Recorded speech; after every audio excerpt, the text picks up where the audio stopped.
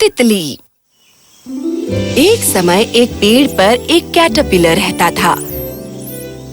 खैर वो इतना खुशनुमा प्राणी नहीं था। वो बहुत नफरत करता था अपने भारी भरकम और धीमे शरीर से। उन मधुमक्खियों की तरफ देखो, उन चींटियों की तरफ देखो और मेरी तरफ देखो। काश मैं भी उनकी तरह दौड़ भाग सकता और उड़ सकता।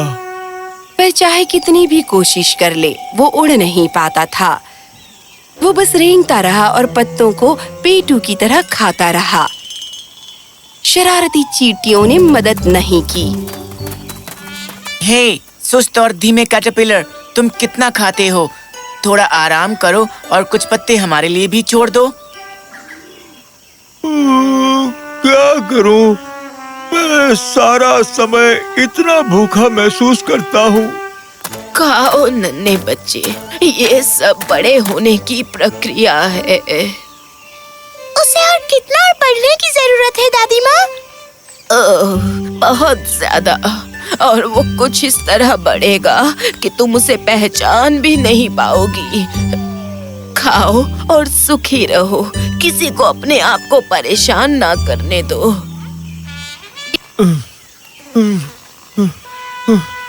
धन्यवाद दादी माँ, पर मैं खुद को इतना ज्यादा पसंद नहीं करता।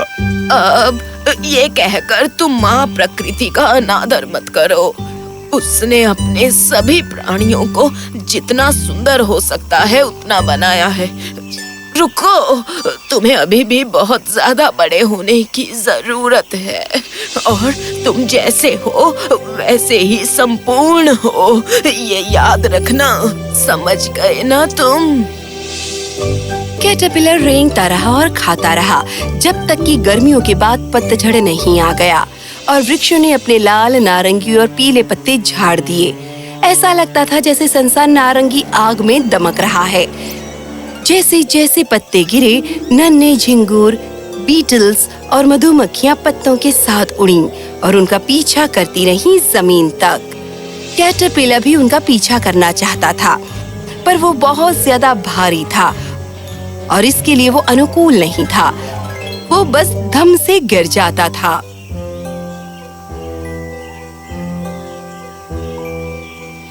ओह, काश मैं भी इन पत्तों के साथ उड़ सकता या फिर उनके पीछे पीछे भाग सकता। जल्दी ही पतझड़ ने सर्दियों का मार्ग प्रशस्त किया। जब दिन छोटे हो गए और रातें और अधिक सर्द, एक दिन कैटरपिलर को नींद आ गई। इतनी नींद जो इससे पहले उसने कभी महसूस नहीं की थी। उसने एक मजबूत टहनी ढूंढी विश्राम करने के लिए और उसने अपने गिर्द एक मोटा सा कंबल बुन लिया। फिर एक बहुत बड़ी अंगड़ाई ली। कैटरपिलर एक बहुत ही गहरी नींद में सो गया।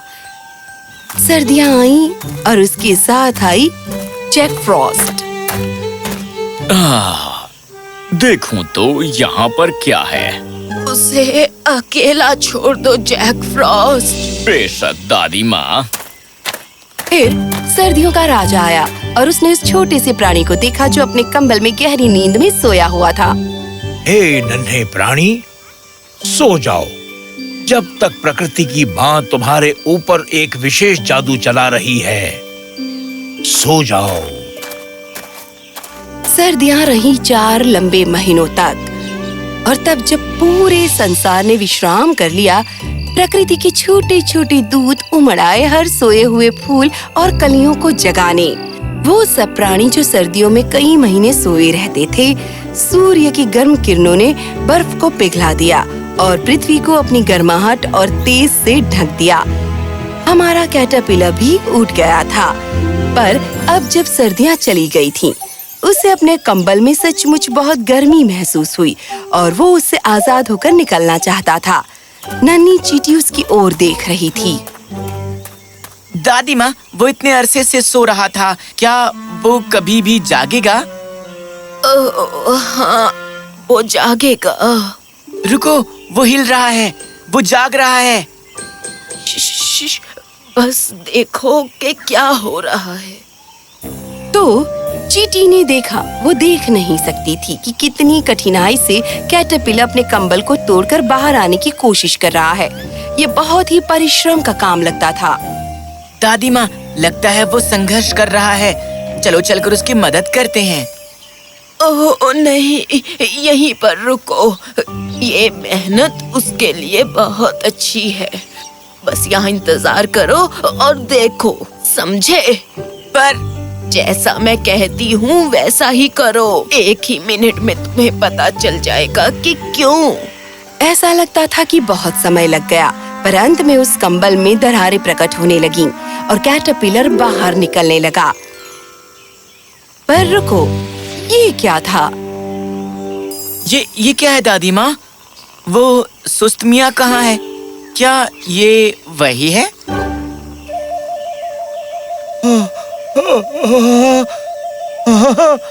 ओह हाँ, मैं ही वो धीमा हूँ, पर अब मैं धीमा नहीं रहा। क्या ये सचमुच मैं ही हूँ दादी माँ? हाँ, ये तुम हो अपने सुंदर पंखों के साथ। यो हो! अब मैं सभी पत्तों का पीछा कर सकता हूँ, जो भी मुझे पसंद हो। सभी पसंदीदा बीटल्स, मधुमक्खियों के साथ खेल सकता हूँ। आप सही थी दादी माँ, प्रकृति माँ ने मुझ पर जादू किया है।